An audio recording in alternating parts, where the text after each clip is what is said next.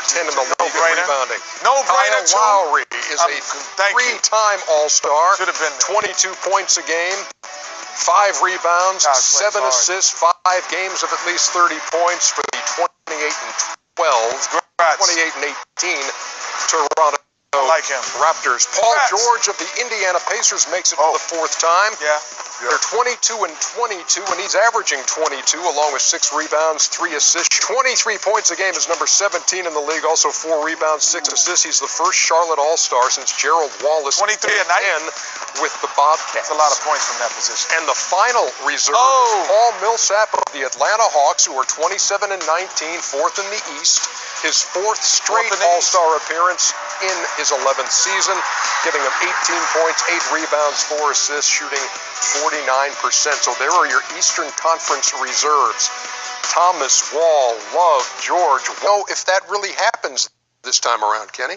Well, I got to see the list again, but you don't have to see the list. Saw it. You just saw the list. The list of who got left off. Nobody got left off. Ernie, that's a. How do you say no one got left off? Because somebody got left off. Because basically C.J. McCollum. There you go. He jumps out. There he is. When I see the list, Chris Paul. Now he jumps out. Because all of these guys are interchangeable, but they jump out. Without question. Chris Paul would have been an All-Star, I think, if he was a thing. But C.J. McCollum, to me, jumps out.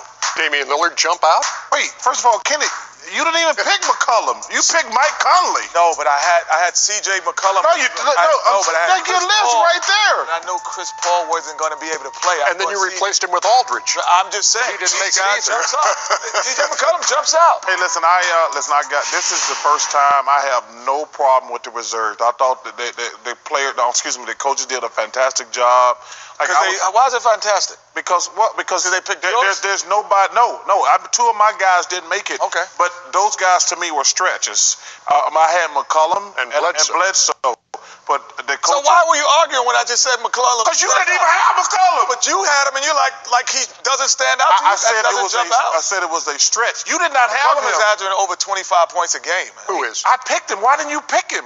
I'm just saying. Wait, you arguing for a guy you didn't pick? Because like I said, a lot of these guys are interchangeable. But CJ, he's not averaging 25 over the last 15, 16 years. For the first half of the season to right now, he's not. He's second on the team in scoring. I have no problem. I love McCollum. I love Lillard also, but I actually think the coaches got it 100% correct, Ernie.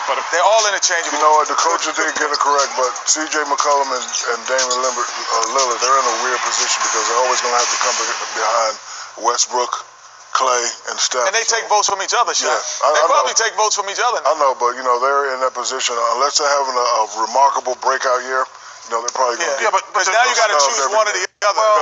And it hurts that they're not winning. Yeah.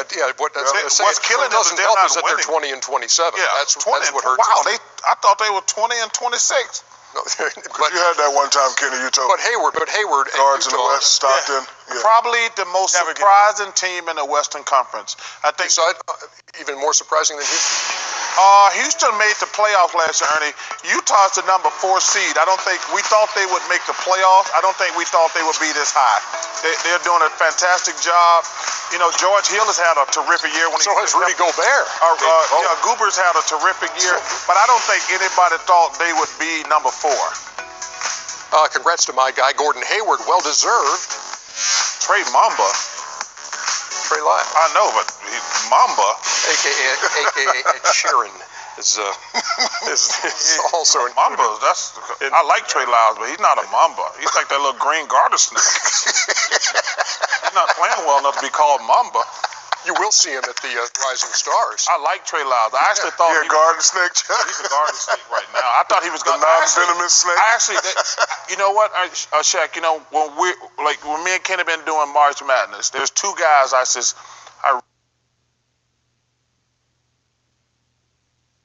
I really like this. Don't I do March Madness with you too?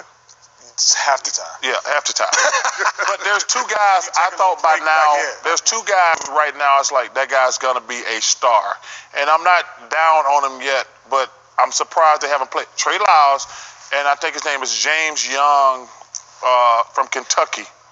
I thought those two guys, when I saw them play in college, I said, man, those guys are going to be terrific. They're still early, but I like Trey Lyles. But the young kid at Boston has really disappointed me. So, Rudy Gobert, I keep going back to him. There was a lot of support for him being there. Is that too much to ask to have Hayward and Gobert on that All-Star team? Yeah, he's a big, and I know they don't really count centers, but DeMarcus, who I think is the best center in the league, 28 and 10, that's all I ask out of any dominant big man. Marcus, and then DeAndre Jordan. He's playing okay, Ernie, but he's not playing as well as those guys. Well, the center is back in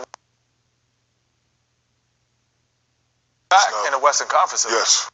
Like, they have 3 centers on that list. So I'm not sure. Hopefully they put it back on the ballot. Putting that on the ballot. DeMarcus Cousins is a very, very talented player. Don't you think you're biased because of your Sacramento bias?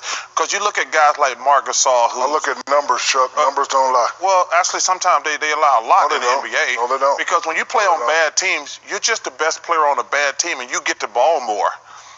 So numbers do lie at times. I think DeMarcus is a very talented player. And ain't no way Marc Gasol is the best in the league. You tripping. Yeah. First of all, you a forward. You speak about the forwards, I speak about the center. You don't know what the hell you talking And about. I'll speak about the guards, I guess. I know what I'm talking about. Got all the positions covered. There you go. You stick with the power forwards. I know what I'm talking about when it comes to big. Thank you very much. I would say that DeMarcus Cousins has the potential to be the best player at his position. The only thing that we want to see is those numbers in winning environments, because those numbers in winning environments, we know those are. They will be your numbers, actually. They would be. He's averaging your numbers, but not only are they not winning, they never win. Don't say never. Don't say never. They beat Cleveland last night in Cleveland. I don't want to hear. Wait. I'm talking about as far as making the playoffs. What about LeBron James? No. Look, we're going there. We're going there later, and it's Sacramento only a game and a half. I know. Out of the 8th spot in the Western Conference right now. Wait, so now we're back to being number 8. Number 9, actually. When we come back, the game and a half out of it. We're number 9. We're number 9. We're number 9. No, But DeMarcus they're number 10.